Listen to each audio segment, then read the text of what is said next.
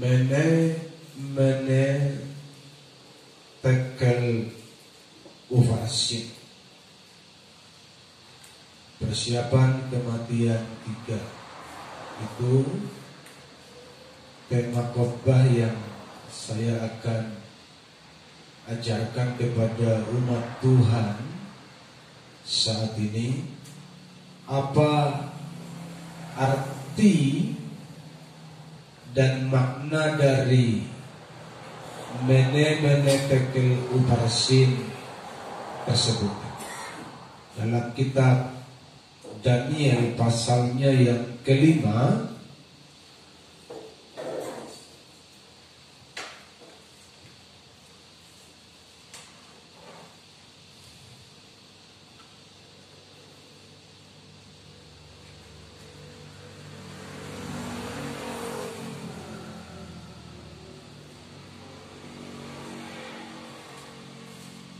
Daniel pasalnya yang kelima ayat 24 mulai. Sebab itu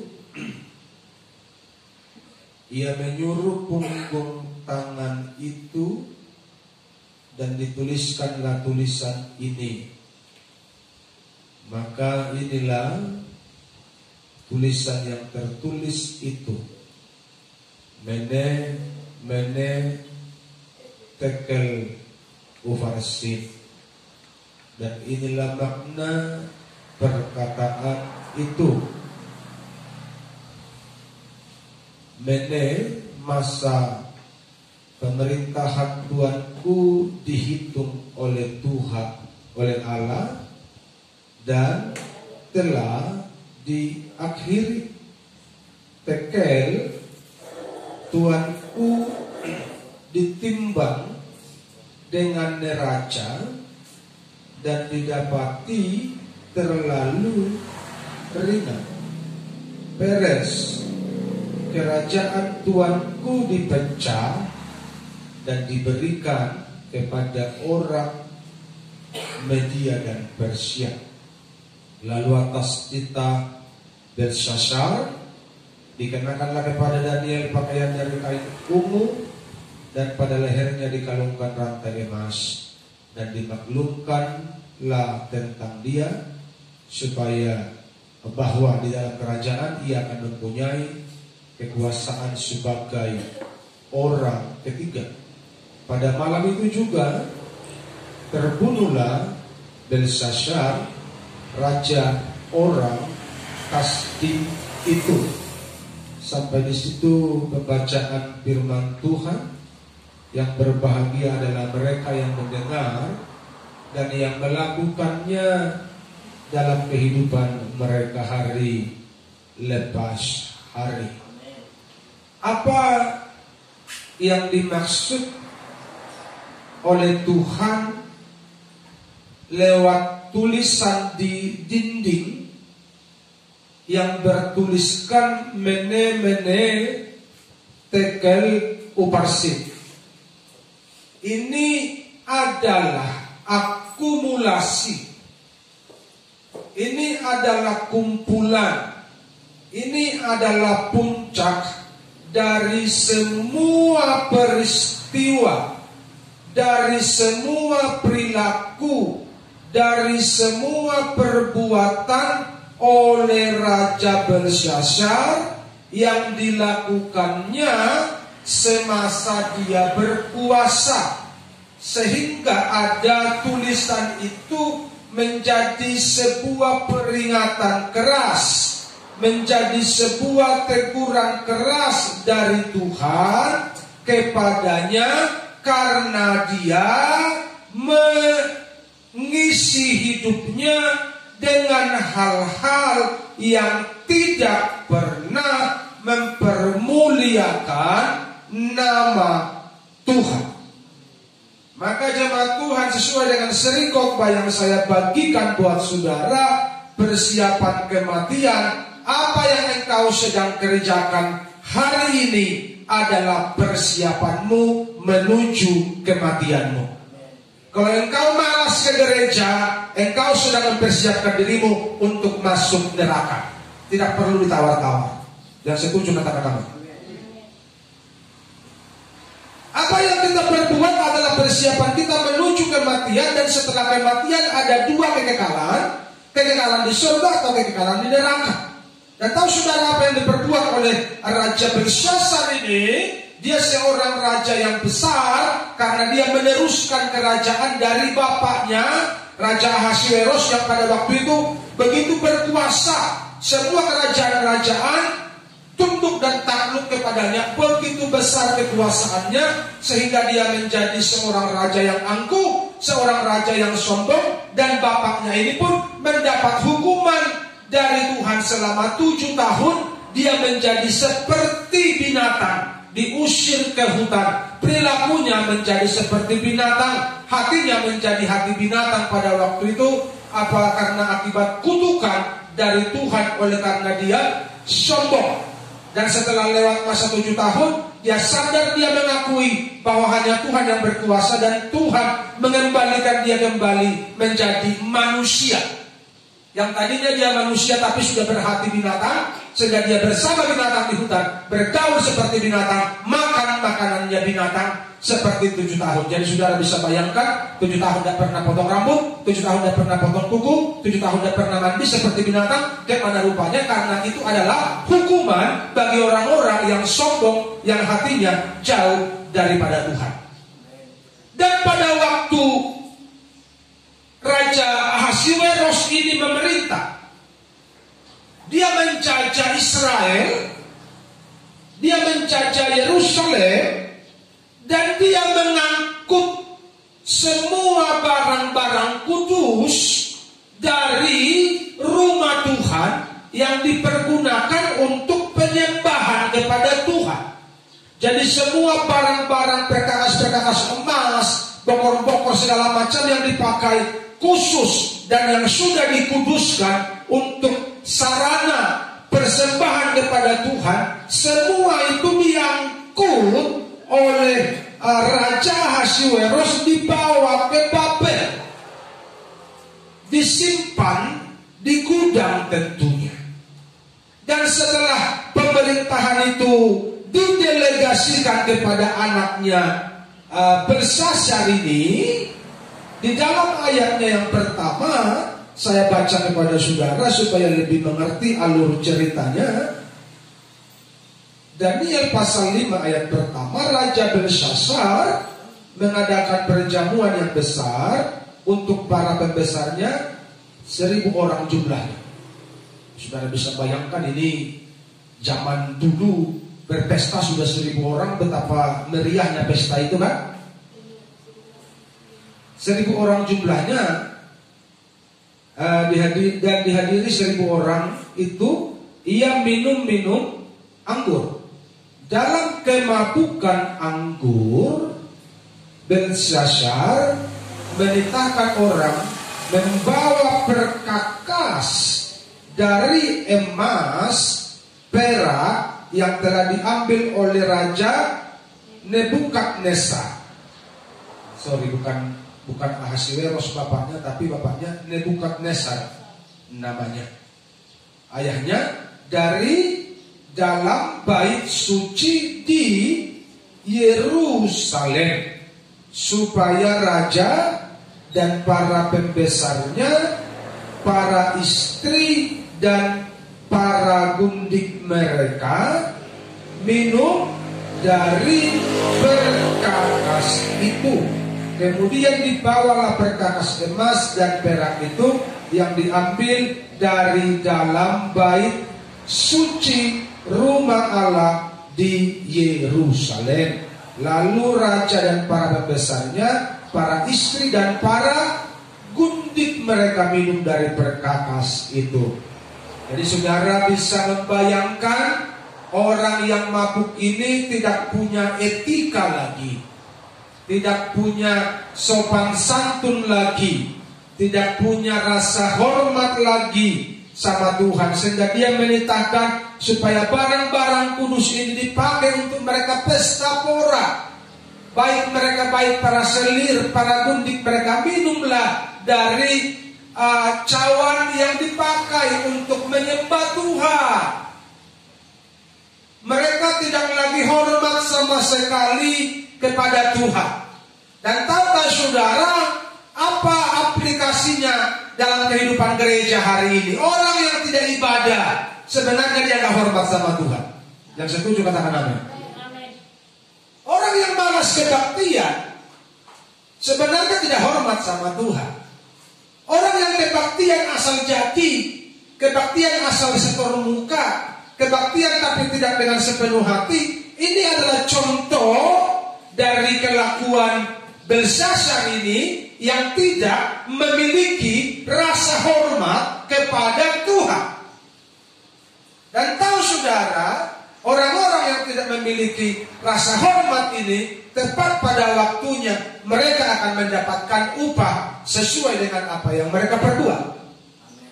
Jadi raja yang angkuh dan sombong ini, yang tidak hormat sama Tuhan ini, dia pikir ini perkakas biasa, dia melakukan sebuah pelecehan terhadap Tuhan dengan sengaja. Dan ketika dia sedang minum-minum, ketika dia sedang mabuk-mabuk, tiba-tiba datanglah punggung yang menulis di sebuah dinding seperti ini. Dituliskanlah tulisan, artinya yang tulisan itu kalimatnya mene tekel uparsit. Dan mereka semua melihat punggung yang menulis itu. Dan Alkitab mencatat pada waktu itu Raja Belshazzar menjadi pucat pasi. Dia menjadi ketakutan. Kenapa? Karena belum pernah terjadi di sepanjang hidupnya dia melihat peristiwa yang sedemikian. Dan bukan cuma dia yang melihat, orang-orang yang bersama-sama dengan dia pun melihat ada punggung yang menulis. Sehingga dia menitahkan kepada seluruh orang-orang besar di situ, cari siapa orang yang bisa mengartikan tulisan itu. Dan singkat cerita Alkitab mencatat, dipanggillah Daniel. Daniel kan? Dan Daniel mengartikannya. Dan inilah artinya. Yang pertama, mene, artinya diakhiri. Pemerintahan Tuanku telah diakhiri. Apa maknanya buat kita? Apa maknanya buat gereja? Dengar baik-baik, hidupmu terbatas. Haleluya. Waktumu terbatas. Menurut saudara, Raja Belshazzar ini pengen umur panjang tidak? Semua orang pengen umur panjang. Betul apa salah? Dan kalau saudara pengen umur panjang, ya cinta Tuhan. Karena upah orang yang cinta Tuhan, takut Tuhan, panjang umur. Kan begitu. Di luar itu tidak ada jaminan. Jadi hidup kita ini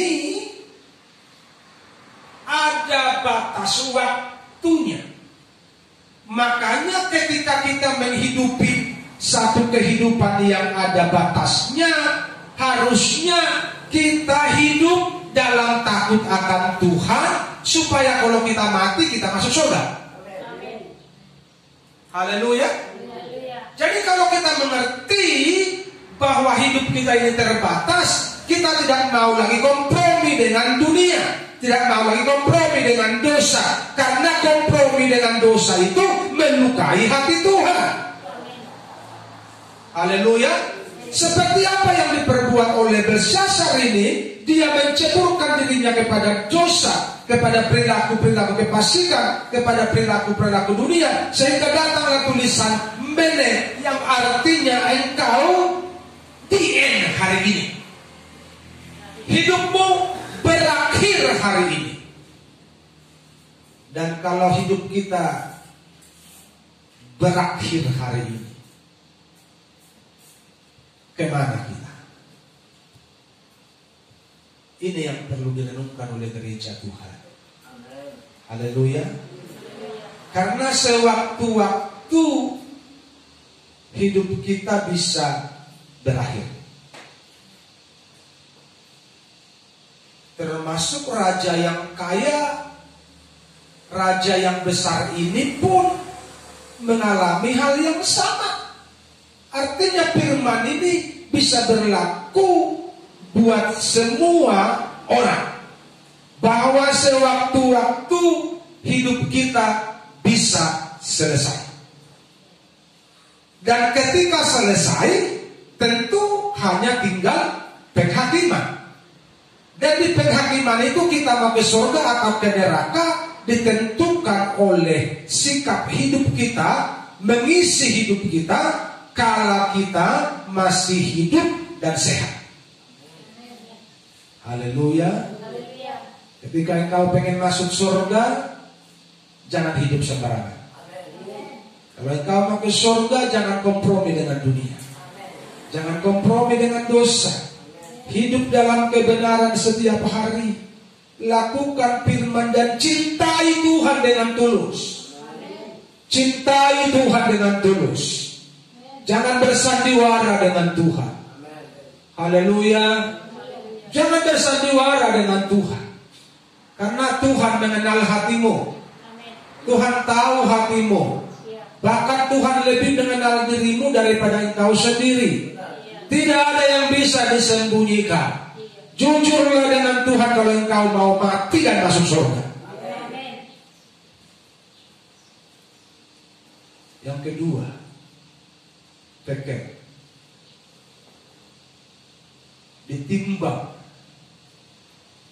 lewat timbangan, lewat neraca. Dan hasil dari timbangan itu terlalu ringan. Pertanyaan saya, mengapa ringan? Ini bukan bobot badannya yang ringan. Bobot badannya pasti berat, karena orang kaya penguasa makan minum pesta pora tiap hari. Pasti dia gemuk dan bobot badannya berat. Tetapi ketika ditimbang, didapatilah Raja Belsyazar ini terlalu ringan. Pertanyaan saya kepada saudara, apanya yang ditimbang? Kebetulan laptop error, apanya baterainya tidak bisa dibuka. Apanya yang ditimbang? Sehingga kita mencatat bahwa raja ini terlalu ringan. Haleluya. Perilaku kasihmu yang ditimbang sama Tuhan. Perilaku rohanimu yang ditimbang sama Tuhan. Perilaku kebaikanmu yang ditimbang sama Tuhan. Hidupmu banyakkan rohaninya atau banyakkan duniawinya, itulah yang ditimbang di poin yang kedua ini, tekel. Dan ketika raja ini ditimbang, didapati terlalu ringan. Ya jelas ringan. Orang hidupnya duniawi kok. Hidupnya jauh dari Tuhan. Hidupnya tidak menghormati Tuhan, sombong seperti bapaknya. Barang-barang kudus yang dirampas oleh bapaknya dia pakai untuk hura-hura, untuk pesta-pesta, padahal itu dikhususkan untuk melayani Tuhan di bait kudus. Dia tidak ada hormat sama sekali. Makanya ditimbang terlalu ringan. Jadi kalau engkau tidak sungguh-sungguh dengan Tuhan, walaupun engkau lahir sampai mati engkau Kristen, engkau tidak punya bobot timbangan di hadapan Tuhan. Walaupun engkau melayani, walaupun engkau berkhotbah, kalau khotbahmu tidak engkau hidupi setiap hari, tapi engkau hanya menjadi selang, menjadi corong, tanpa engkau hidup dalam khotbahmu, engkau tidak hidup dalam kebenaranmu, maka ketika engkau ditimbang, didapatilah engkau akan ringan. Makanya hidup dalam kebenaran itu bukan berlaku buat jemaat saja, tapi terlebih dahulu berlaku buat hamba Tuhan dan para pendeta yang setiap hari mengkhotbahkan kebenaran.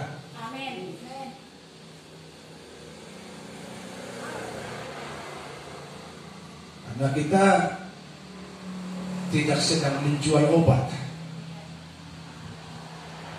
Saya tidak sedang menjual obat dari mimbar ini. Saya sedang menyampaikan isi hati Tuhan.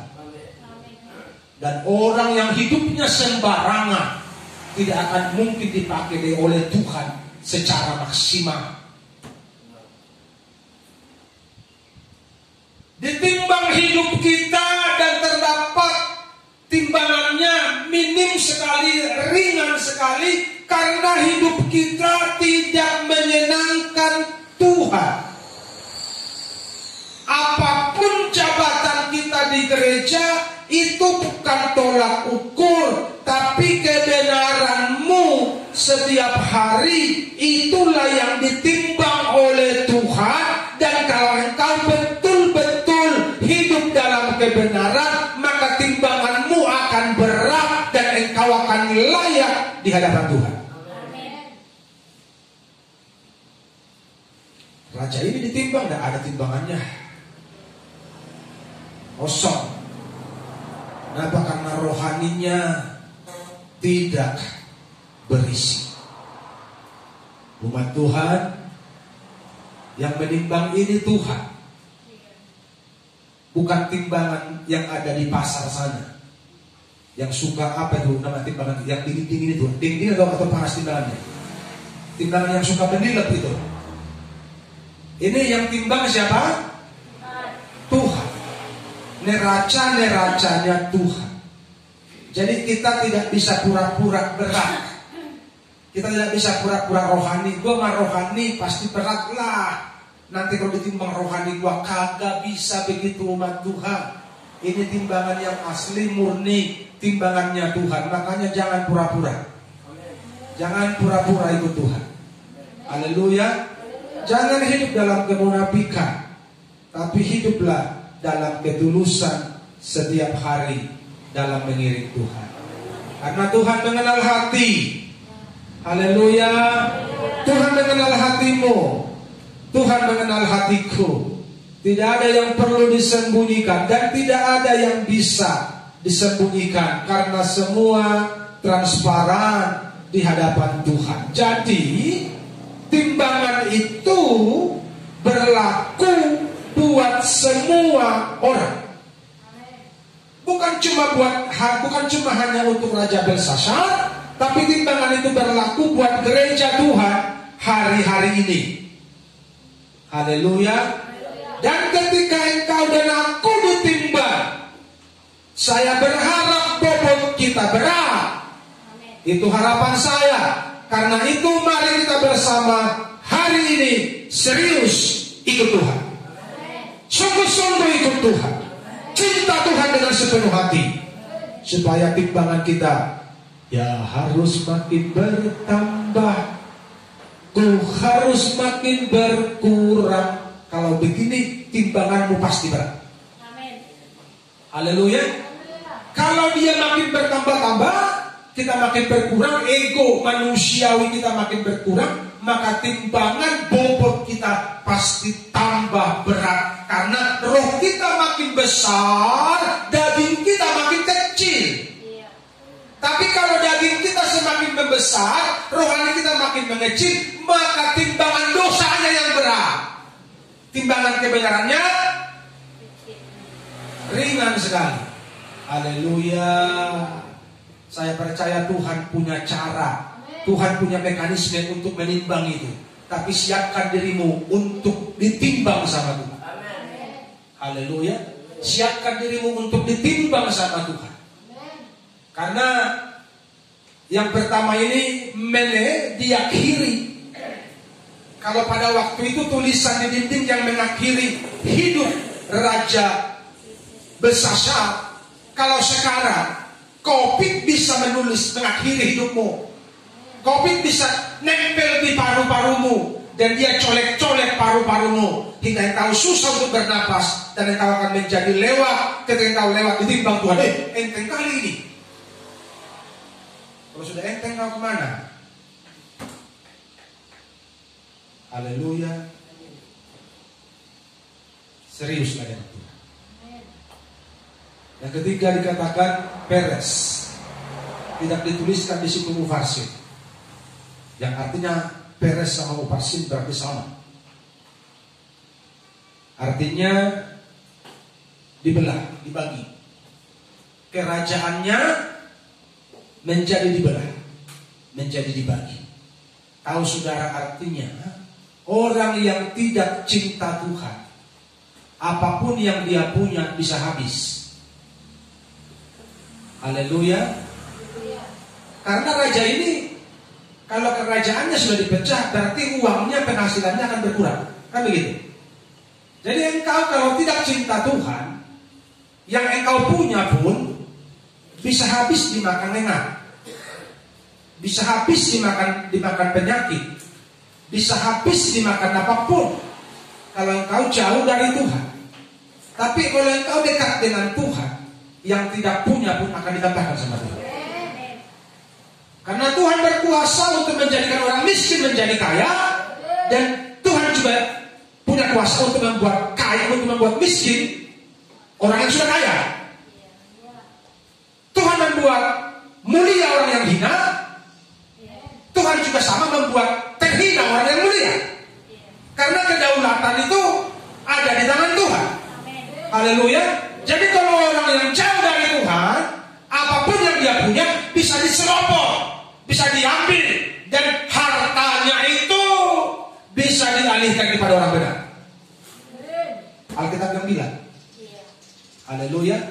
Jadi kalau engkau hidup benar, apa yang tidak kita miliki, Tuhan bisa tambahkan. Tapi kalau engkau orang fasik, apa yang engkau punya, Tuhan bisa ambil. Haleluya. Karena Tuhan punya kuasa untuk mengalihkannya.